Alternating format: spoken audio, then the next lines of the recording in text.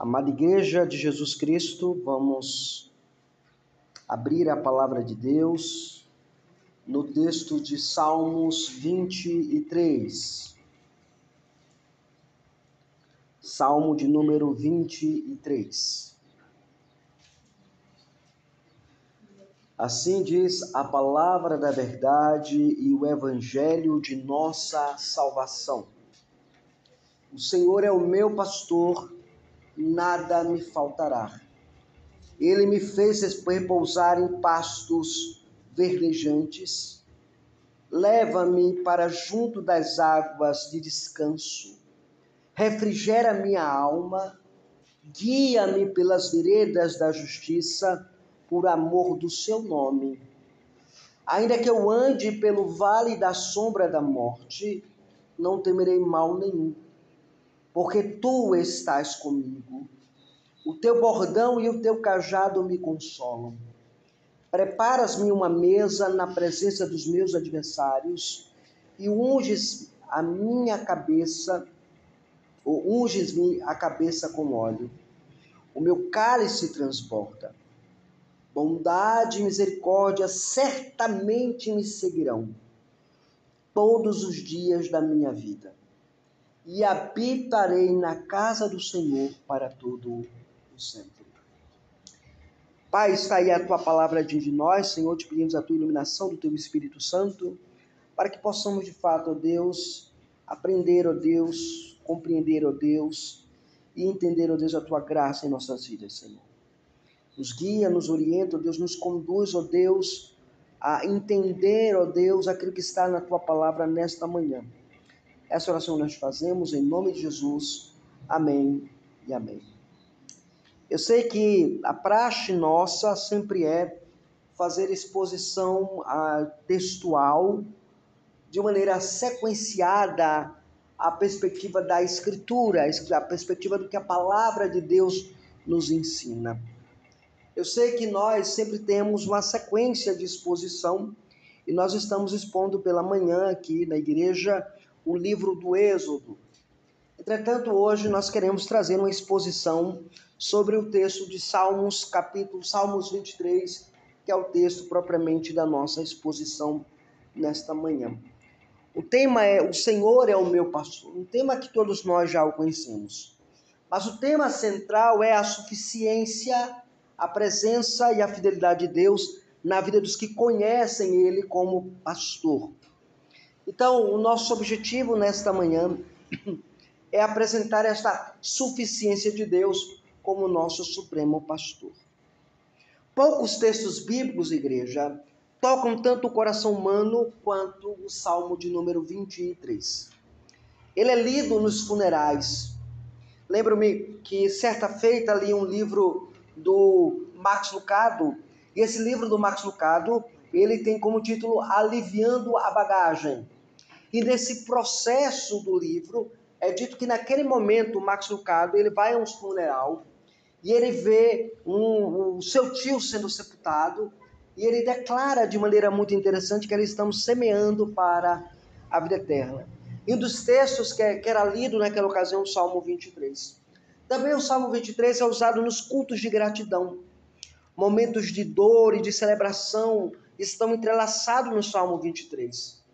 Porque ele fala de algo que todo ser humano anseia, todo ser humano deseja, todo ser humano quer, todo mundo precisa disso, que é a segurança e o cuidado. A segurança e o cuidado paternal de Deus. Aqui, Davi, que é o autor deste salmo, ele sabia o que era ser pastor de ovelhas. Ele conhecia a necessidade das ovelhas como alimento, direção, proteção e descanso. Esses são exatamente os elementos, as necessidades que a ovelha possui.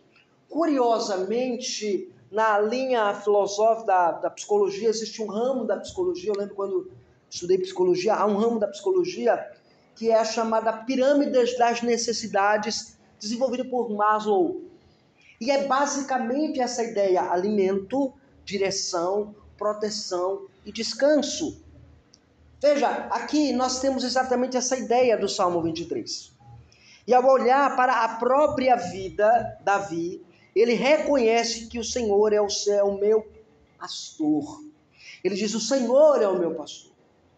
Então ele olha para a sua vida, ele se coloca na condição de ovelha, na condição de alguém que precisa desses elementos, dessas necessidades supridas. Essa é uma declaração da fé pessoal, da fé íntima e da fé poderosa que um crente deve nutrir enquanto cristão. O Salmo, ele não fala, irmãos, de religião. Ele não fala de que você adote uma religião. O Salmo fala de relacionamento com Deus. Davi não diz, o Senhor é o pastor. Davi, ele não declara isso de maneira muito interessante. Ele não está dizendo que o Senhor é o pastor, é um pastor, é o pastor. Mas o Senhor é o meu pastor. Ele particulariza o problema e a dificuldade. O tema da nossa exposição é: o Senhor é o pastor que supre, guia e sustenta os seus filhos. A nossa proposição nesta manhã é mostrar que quando o Senhor é o nosso pastor, nós encontramos tudo o que nós precisamos: provisão, direção e comunhão eterna. São essas três verdades que nós vamos analisar a partir de agora neste salmo. Observe agora a primeira verdade que o salmo levanta para nós: o Senhor supre as nossas necessidades. Versículos de 1 a 3. O Senhor é o meu pastor, nada me faltará. Ele me faz repousar em pastos verdejantes. Leva-me para junto das águas de descanso. Refrigera minha alma e guia-me pelas veredas da justiça por amor de seu nome.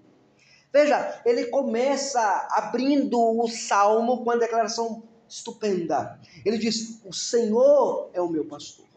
A expressão Senhor que aparece aqui, a expressão Yahvé, ele declara que Deus, o Deus eterno, aquele que é soberano, aquele que é governador de vida e de mortos, ele é o pastor que Davi possui. Onde Davi está? Davi está no deserto, onde não há água, onde não há alimentação, onde nada é fácil. Nos desertos das nossas provações, das nossas dificuldades, nada é fácil. Mas ele diz que mesmo nesse caos, o Senhor é o pastor dele e nada lhe faltará. Mas quando você olha para essa perspectiva, Davi ele se coloca como ovelha. E o que é uma ovelha? Veja, a ovelha ela é um animal frágil. Ela é um animal dependente. Se você não a guiar, se você não a orientar, se você não a conduzir, se você não colocar alimento para ela, ela não será suprida. Isso é um ponto importante que a gente tem dentro do texto sagrado. Aqui, sem o pastor, ela se perde, ela se fere e ela morre de fome. Davi reconhece que toda a suficiência que ele possui vem do Senhor. Tudo aquilo que ele precisa vem de Deus. Tudo que nós precisamos vem do Senhor. Aqui, irmãos, quando ele diz nada me faltará, não significa ausência de lutas. Não significa ausência de alguma coisa.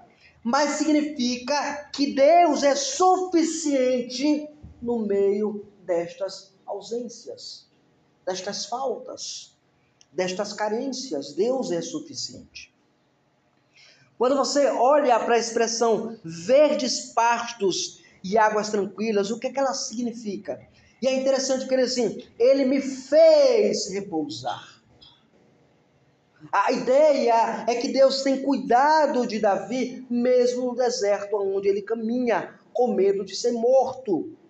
Aqui, verdes pastos que aparecem no texto, ele me fez repousar em pastos verdejantes e leva-me para junto das águas de descanso ou águas tranquilas.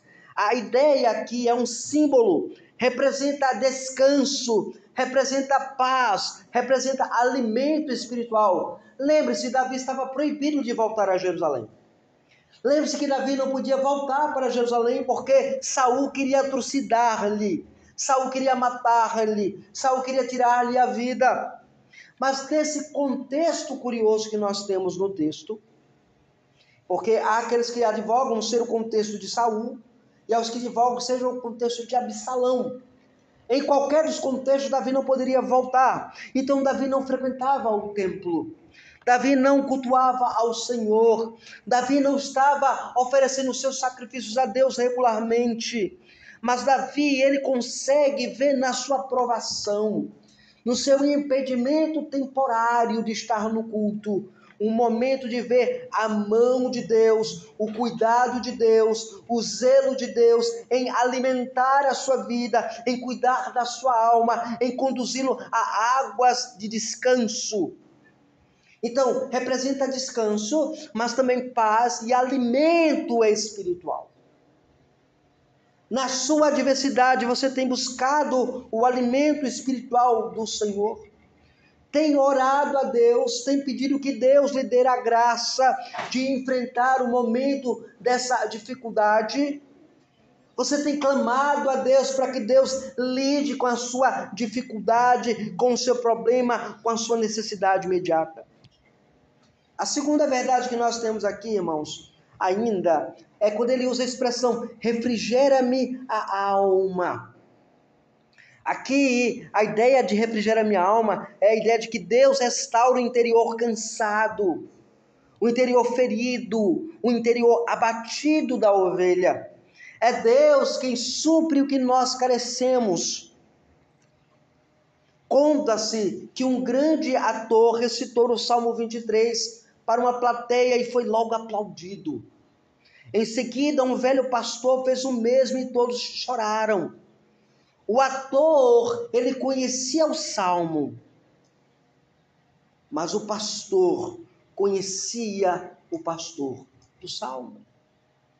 Há uma diferença muito grande em você saber o Salmo, ter ele decorado na sua mente, saber o que ele significa. A outra é você experimentar o pastor que o Salmo fala. O Senhor é o meu pastor. Tendo ele, nada me falta. Ele me leva a lugares aonde eu encontro descanso, aonde eu encontro paz para a minha alma. Ele é quem me guia por amor do nome dele. Veja, a direção que você toma, a direção que você assume, ela deve estar sendo aquela direção que o Senhor guia, que o Senhor orienta, que o Senhor conduz.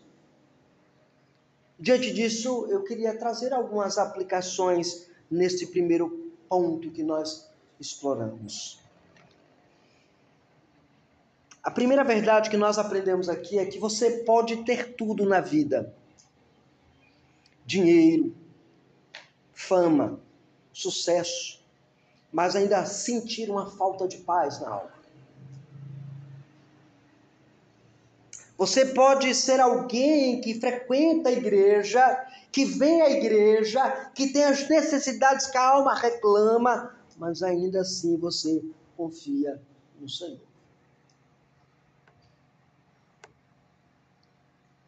Se o Senhor é o seu pastor, nada lhe faltará.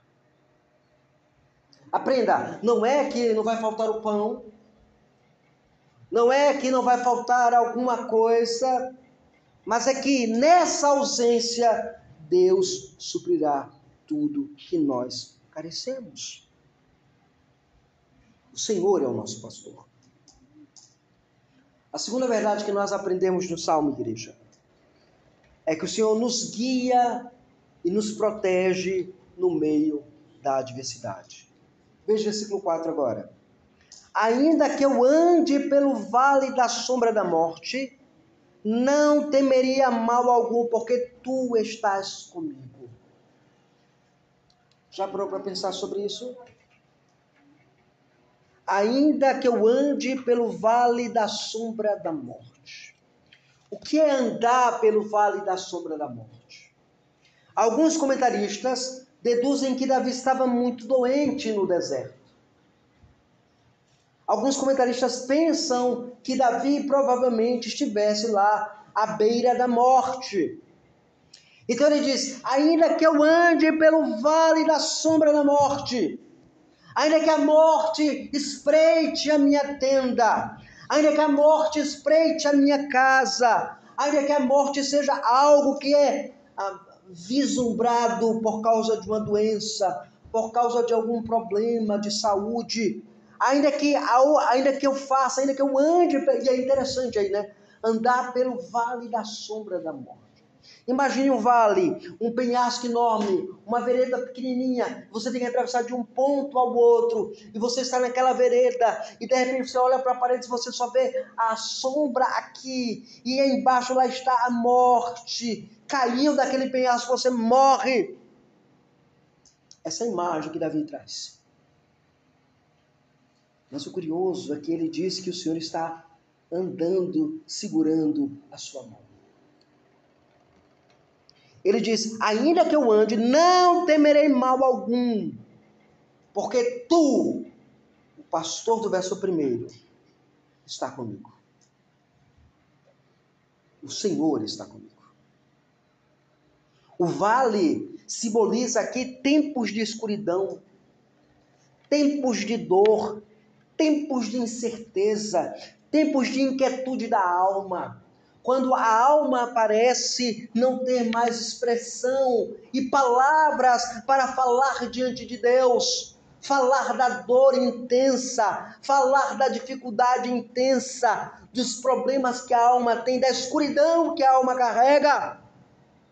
A expressão sombra da morte não fala apenas da morte física, mas fala também de momentos de profunda aflição. Quando a aflição, ela desnuda e ela cai sobre a alma humana. Quando você olha para uma direção e não vê solução, você olha para outra direção, não há resposta. Você faz apenas dobrar o joelho e conversar com Deus na sua aflição.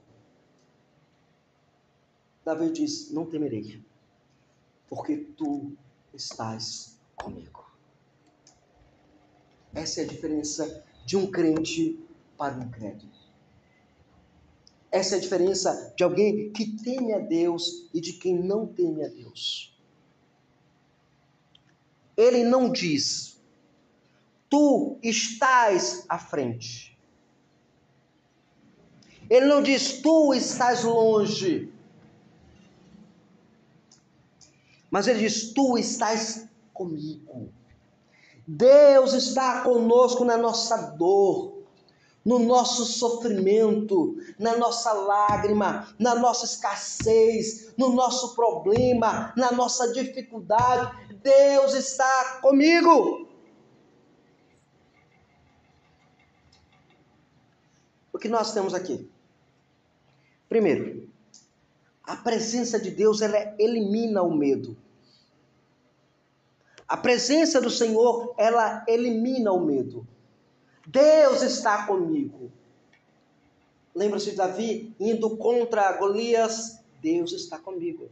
Lembra-se de Davi quando a ovelha está sendo atacada por um urso, ele vai lá e luta com o urso e mata o urso e faz o que ele precisa fazer. Deus está comigo. A presença de Deus elimina o medo.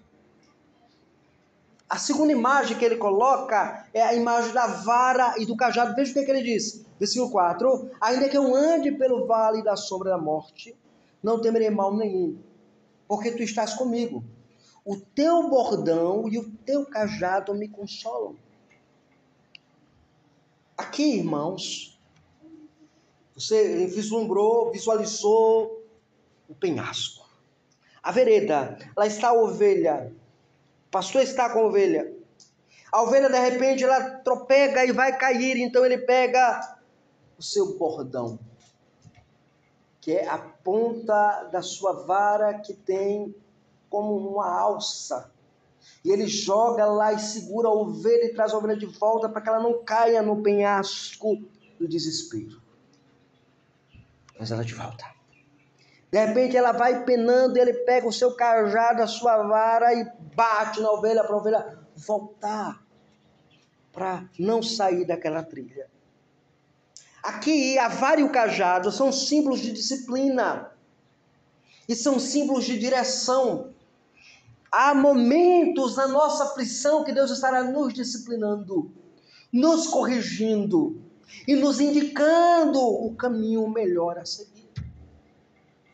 Nenhum sofrimento em nossa existência ele é em vão, mas para a gente fazer a vontade de Deus, para a gente cumprir a vontade do Senhor, para a gente se submeter à vontade dEle, para aceitar a vontade dEle revelada na sua palavra, é o que importa.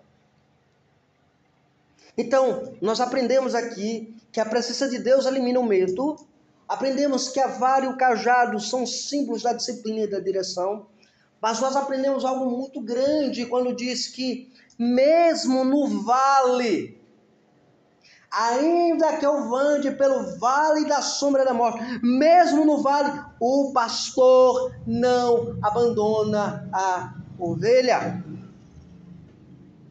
Deus, ele não nos abandona mesmo nas horas solitárias da nossa alma.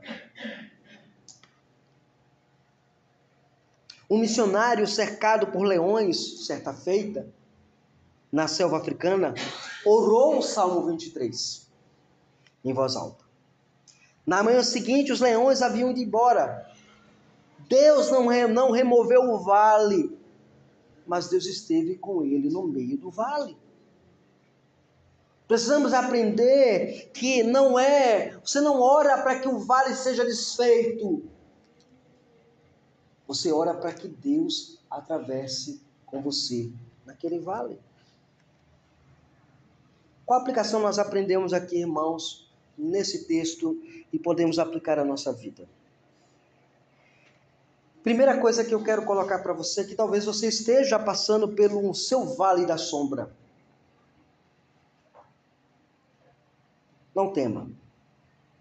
O mesmo Deus que está nos pastos verdejantes, na bonança, na frugalidade da vida, na alegria dos momentos alegres, é o mesmo Deus que está conosco nos vales escuros, na tristeza, na lágrima, na dor, na ausência das coisas, na falta de algo. Deus está sempre conosco. Ele é o Deus dos vales, dos campos verdejantes, mas Ele também é o Deus dos vales das sombras. Ele é um Deus que está em todos os lugares, em todos os momentos da nossa vida. Aquilo que trouxe alegria a nós hoje pela manhã, a felicidade, o sorriso, é sinal de que Deus cuida de nós. Mas também quando houver a lágrima, a dor, Ele também cuida de nós. A terceira e última verdade que nós aprendemos nesse texto.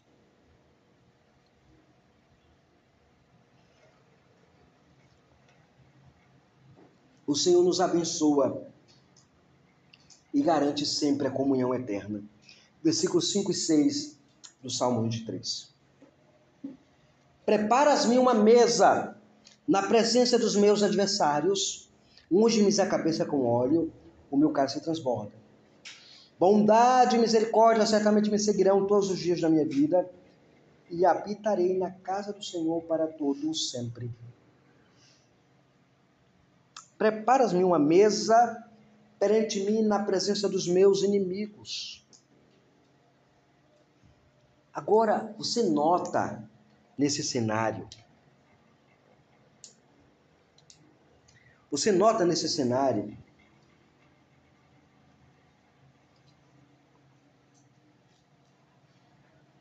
que a figura muda de local.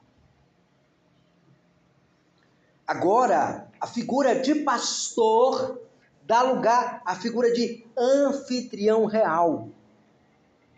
Veja, ele mudou a figura. Aqui nós chamamos de paralelismo climático. Ele sai de uma cena e vem para outra dentro de um salmo poético. Você não espera mudança de cena em salmos, tá, gente? Salmo é uma poesia. Mudança de cena você encontra geralmente em narrativas. Mas aqui agora ele colocou do paralelismo poético, climático. Ele foi para o paralelismo climático. Ele mudou o clima do salmo. Ele mudou para onde o salmo deve ser direcionado. Ele sai do vale da sombra da morte e ele agora coloca dentro de um palácio real. E aí é interessante, porque ele diz: tu preparas-me uma mesa na presença dos meus adversários. Deus prepara uma mesa, sinal de honra, sinal de abundância e sinal de comunhão. Naquela época, no contexto em que um texto é escrito, quando você tinha um inimigo e você queria fazer paz com esse inimigo, ou quando você queria que as pessoas se aproximassem, a primeira coisa que você fazia era dar um grande almoço, um grande banquete, para dizer quem você é e o que você deseja com aqueles vizinhos que ali estão em sua volta.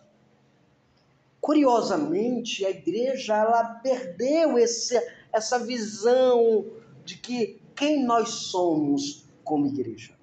Né? Então Deus prepara uma mesa, sinal dessa honra, dessa abundância e dessa comunhão. Mas ele apresenta, mesmo diante dos inimigos, agora ele diz: tu preparas-me uma mesa na presença dos meus adversários, na presença dos meus inimigos. A ideia é a refeição do pacto, a refeição da aliança. A igreja, quando vem ao culto público ao Senhor, ela dominicalmente, ela senta na mesa do rei. Porque ela participa da mesa do rei. Ela participa da mesa do Senhor, do banquete celestial. E quando um crente, ele deixa de vir à igreja, ele deixa de participar do banquete espiritual. Porque no dia do Senhor, esse crente, ele alimentou a sua alma de coisas que tornaram a sua vida e a sua necessidade do culto vão. A mesa que está disposta nesta manhã aqui, a ceia do Senhor, é um convite do Rei, do soberano deste universo, a que nós entremos em comunhão com Ele e denunciemos o mundo, que são nossos inimigos, de que nós estamos bem-aventurados no átrio do anfitrião real. Mesmo diante dos inimigos, irmãos, Deus exalta o seu povo. E aqui é interessante porque ele coloca a figura da mesa como a figura dessa refeição da aliança, onde nós pactuamos com Deus. Ao participar do pão e do vinho na mesa do Senhor, nós estamos dizendo que temos comunhão com Ele, comunhão com o outro, e que o vale da sombra da morte foi superado. Mas note outra figura que ele coloca aqui para nós. A outra figura é que ele diz que unge-me a cabeça com óleo e o meu cálice transborda. Unge a minha cabeça com óleo. O que é ungir com óleo naquele contexto? Há duas maneiras de você entender essa unção. A primeira é a figura de que você era alguém escolhido, eleito pelo Senhor para fazer alguma função específica, e por isso você tinha que ser ungido com óleo. O óleo era derramado sobre sua cabeça e você era visto como separado para uma função especial para com Deus. Mas a segunda imagem também é a imagem de que se você está doente, o bálsamo que o óleo representa era derramado para curar. Era símbolo de cura, mas também era símbolo de alegria. Então aqui, de maneira muito interessante, o salmista coloca diante de nós que nós somos agora ungidos, separados, para vivermos para Deus. Temos a cura de nossa alma, que lembra da nossa aflição, nós passamos, e a alegria nasce no nosso coração diante da mesa do Senhor. Mas aí é interessante que ele diz também, e o meu cálice transborda. Há várias maneiras de entender o transbordar de um cálice no Antigo Testamento. Um deles é quando Deus derrama juízo sobre os ímpios, sobre os incrédulos. Um outro sentido é a ideia de copiosas bênçãos sendo derramadas. Certamente esse é o sentido do Salmo 23.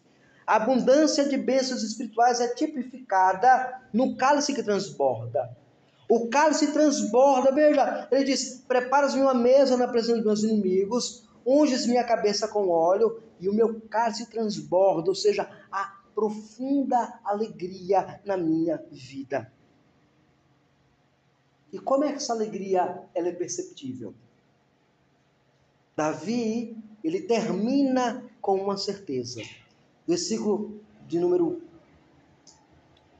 6. Certamente que a bondade e a misericórdia me seguirão todos os dias da minha vida e habitarei na casa do Senhor para sempre. Você já notou esta frase? Já meditou neste versículo? Veja, ele diz: certamente, não há lugar para dúvidas agora. Aquele que caminhou no vale da sombra da morte, aquele que passou pelo momento da aflição, aquele que passou pela luta da alma, ele agora tem uma certeza: certamente a bondade do Senhor e a sua misericórdia. Então é interessante que bondade e misericórdia, o amor fiel do Senhor, me seguirão todos os dias da minha vida. Aqui descreve que uma vez que você recebe esta certeza, você sabe quem está caminhando sempre com você. Você não precisará mais olhar para o vale da sombra da morte para saber que ele está. Toda a sua vida agora será uma vida experimentando a bondade de Deus. E é interessante isso. Há um autor que eu gosto muito, teólogo batista,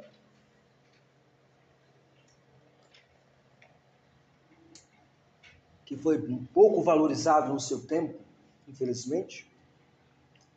O nome dele é A.W. Pink. A.W. Pink tem um livro chamado Os Atributos de Deus.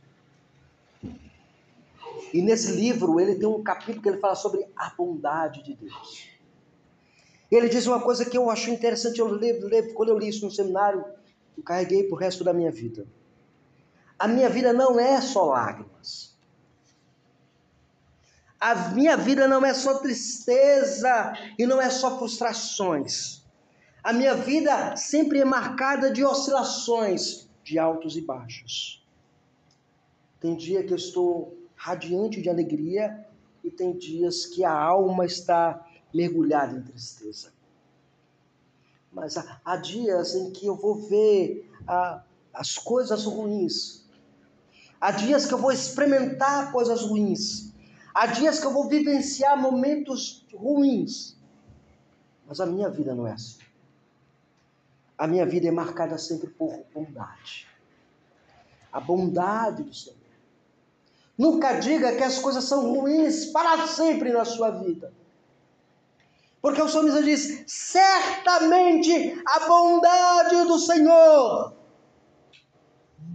caminhará comigo todos os dias da minha vida. Isso não quer dizer que você não vai chorar, não quer dizer que você não vai sentir tristeza, mas quer dizer que a sua alma não mergulhará profundamente em tristeza, porque a bondade dele estará todos os dias com você. Aqui, Davi lembra isso para nós. Arthur Pink, no seu livro Os Atributos de Deus, lembra isto para nós. A bondade do Senhor, ela é de fato o fundamento da nossa vida. Aliás, da nossa vida cristã, Paulo diz: tu ignoras que é a bondade de Deus que te conduz ao arrependimento? Aqui somos nós, caminhando na certeza de que a bondade e a misericórdia do Senhor guiarão conosco. Mas ele termina dizendo assim: e habitarei na casa do Senhor para todo sempre. E é claro, eu não tenho tempo para explicar esse texto de maneira profundamente exegética, como está aqui no nosso texto. Mas eu quero dizer, não é aquela ideia de que você vai ficar 24 horas na igreja. Mas a certeza de Davi é que ainda quando ele andar pelo vale da sombra da morte, e se por acaso ele fechar os olhos, ele vai habitar na presença do Senhor para todo sempre. A nossa vida aqui é para o Senhor. E a nossa vida depois daqui continua sendo para o Senhor. É para tudo sempre. Diante disso, o que nós podemos aplicar aqui? A caminhada com Deus, irmãos, não termina no vale. Ela termina na casa do Senhor. Jesus disse: na casa de meu pai há muitas moradas. Se não fosse assim, eu não vos teria dito: eu vou para preparar lugar para vocês. Porque aonde eu estiver, eu quero que vocês estejam comigo. A nossa esperança, irmãos, não é apenas neste mundo. Aliás, o apóstolo Paulo diz assim: se nós esperamos em Cristo apenas nesse mundo, somos os mais miseráveis de todos os homens. Nós trabalhamos, corremos atrás de nome, de posição, de emprego, de dinheiro para este mundo. E queremos ficar nesse mundo. Mas Paulo diz: somos os mais miseráveis, se limitamos a nossa vida aqui. Nossa esperança não é apenas esse mundo, a nossa esperança é eterna. Conta-se que um cristão idoso, em seu leito de morte, repetia: o Senhor é o meu pastor, o Senhor é o meu pastor. E antes de partir ele sorriu e disse: agora verei o meu pastor face a face. Eu quero concluir, irmãos, nesta manhã, nesta exposição, dizendo que o Salmo 23 é o resumo da nossa vida cristã. Em termos do passado, Deus nos encontrou e nos fez suas ovelhas. No tempo presente, Ele, nosso Deus, Ele nos guia e nos protege. No tempo futuro, nós, suas ovelhas, habitaremos com Ele para sempre. Quando eu digo, o Senhor é meu pastor, isso é relacionamento. Aprenda a nutrir relacionamento com Deus. O Senhor é o meu pastor, eu me relaciono com Ele. Segundo, nada me faltará. Isso é confiança. Confie nele. Não deixe de confiar no Senhor.